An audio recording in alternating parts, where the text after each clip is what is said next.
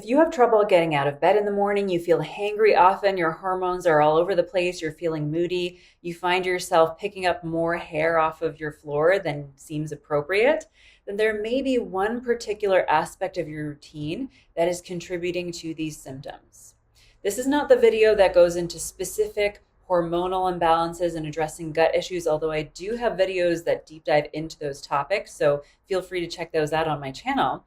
But this is the video that goes into how one particular part of your routine, when you do it right, is going to be one of the biggest needle movers to helping you have sustainable energy and a body that looks and feels radiant. I'm Karina, a health and movement coach, and welcome to my channel where we discuss practical ways to elevate our wellness from a mind, body, soul perspective.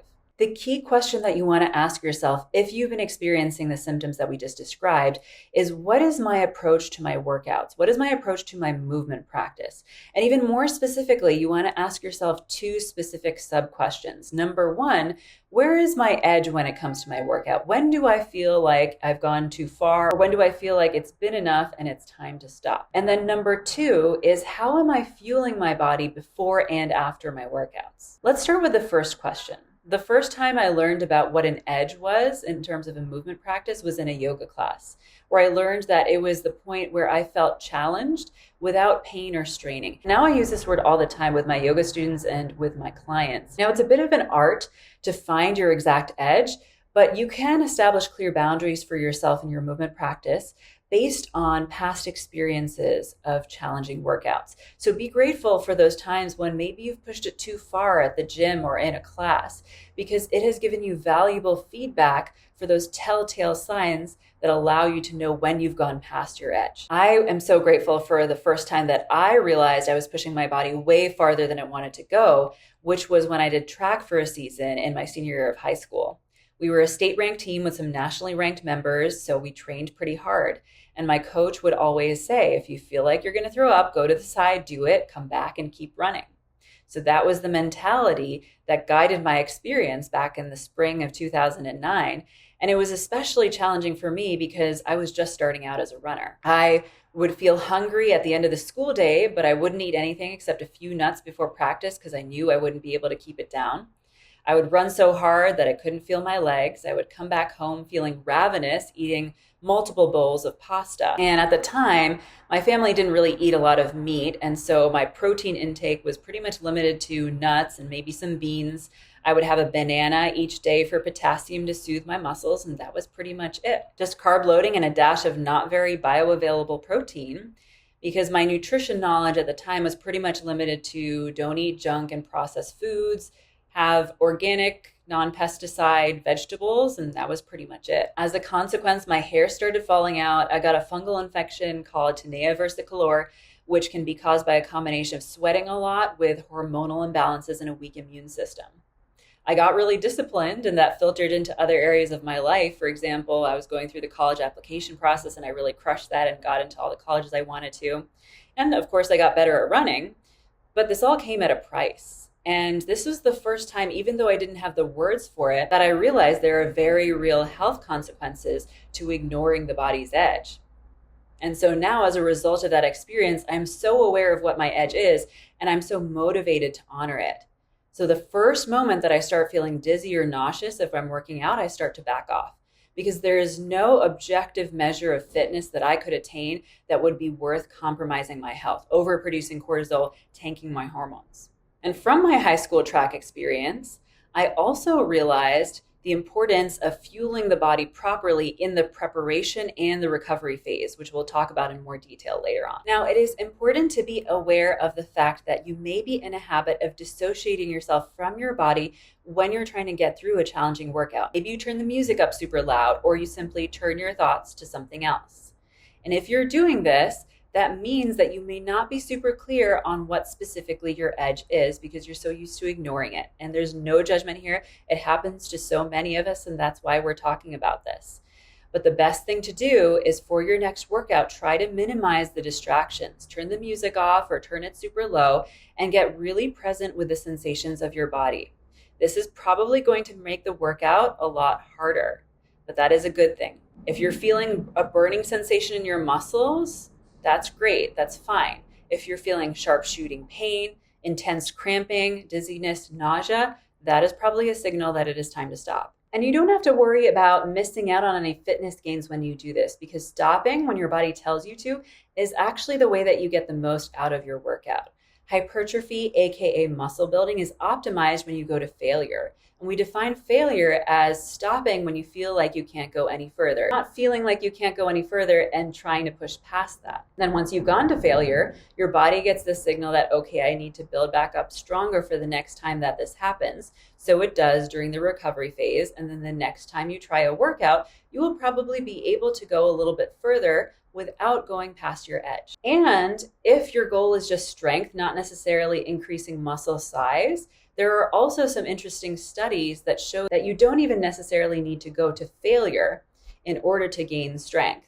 You could just go 3 to 5 reps short of failure. Also, even moderate exercise decreases tumor necrosis factor alpha, aka TNF-alpha, which means that your pain threshold gets higher. So even if you're not going to your full edge, even if you're not going anywhere close to failure, you're still building up your tolerance to where you can go farther with each successive workout because your pain threshold is increased. Now let's address the second question of how am I fueling my body? Because you could know where your edge is and take care not to go past it, but still feel depleted because you're not giving your body the nourishment that it needs along with this more active lifestyle. So let's start with the fundamentals. You want to ask yourself if you're getting in enough protein.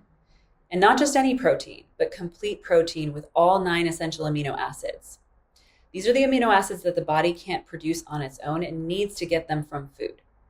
So these are methionine, leucine, lysine, isoleucine, tryptophan, phenylalanine, valine, threonine, and histidine. Now, you don't need to go looking for each one of these amino acids and seeing if your protein has them, because all animal food sources will generally have good amounts of each of these. You want to get in at least 90 grams of protein a day, if not up to 1 gram per pound of your body weight. Now, you can get complete protein from plant sources by combining certain foods like beans and rice or quinoa, but be aware that there are certain compounds in these plant proteins that make them less nutritionally bioavailable. So you want to be soaking and sprouting any legumes or nuts, but you also want to be honestly asking yourself if the carb load from these complete plant-based protein sources is worth the comparatively little protein that you're getting from them. So I've said before on this channel that a vegetarian diet can work because you still have the complete protein sources of dairy and eggs, which are great sources. But if you're vegan and you want to stay that way because of certain beliefs or principles, then the best way forward would be to supplement with essential amino acids. In terms of protein timing, the research does suggest that 20 grams of protein 4 times a day is optimal for muscle building. But I personally eat 40 to 50 grams in each of 2 meals, and I work with people who pursue a similar schedule. And based on admittedly anecdotal evidence, but abundant anecdotal evidence, this can work just as well for fueling your body optimally, especially since many people can't really fit 4 meals a day of 20 grams of protein each into their schedules very easily. The most important thing is that you get the protein in. And while I wouldn't recommend just 1 meal a day, because it would be pretty hard to get in 90, 100, 120, or even more grams of protein in just that 1 meal, 2 meals a day should be just fine. Another question that often comes up is, should I eat right before working out? I wouldn't necessarily recommend this because when you're working out, there's increased gastric emptying, aka stomach emptying. So if you've eaten just before, this can feel pretty uncomfortable. But if you're feeling really hungry, you don't want to be working out then either, because we just talked about how we don't want to overstress the body. So if you're feeling hungry, the best thing to do would be to eat about an hour before working out. And then in terms of afterwards, the optimal window is 30 minutes to an hour after working out that you should be eating, because protein and carb uptake from the muscles is especially sensitive.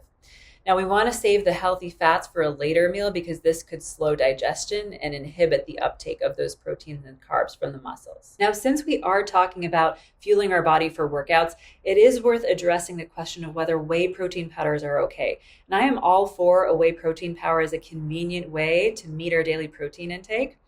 And it's also a great source of leucine, which is the essential amino acid that's responsible for the signaling process that occurs for muscle growth. But we do want to make sure that any whey protein powder that we're getting is minimally processed. So you want to look out for whey protein concentrate, which is the less processed form, and avoid whey protein isolate, which is the more processed form. And then there are 3 other factors that we want to look at when it comes to recovery. One of them is collagen. This is great for supporting your joints and connective tissue. And also, if you're experiencing excessive hair fall, it supports your hair, skin, and nails. Now, this doesn't necessarily need to be from a collagen powder, because you would also need to sort through the processed ones and make sure you choose a good quality one. You could also get collagen from the skin and connective tissue of animal foods. Bone broth is a great source of collagen, whether you get that from a good company, from the grocery store, or you make it on your own. Personally, I get bones from my local farmer's market. I put them in a pot of water. I add half a cup of apple cider vinegar to that so that the maximum amount of nutrients are extracted. As the broth simmers for 12 to 24 hours, just put it on the pot and let it simmer overnight. The second factor is electrolytes, namely sodium, magnesium, and potassium. And you don't necessarily need to get an electrolyte mix for this. You could put half a teaspoon to a teaspoon of salt and water for your sodium intake, and then drink spring and or coconut water for a good source of those other electrolytes.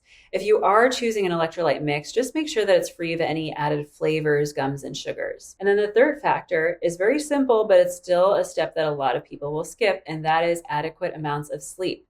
We want to be getting in 7 to 9 hours of sleep, which is going to go a long way to modulating our stress response.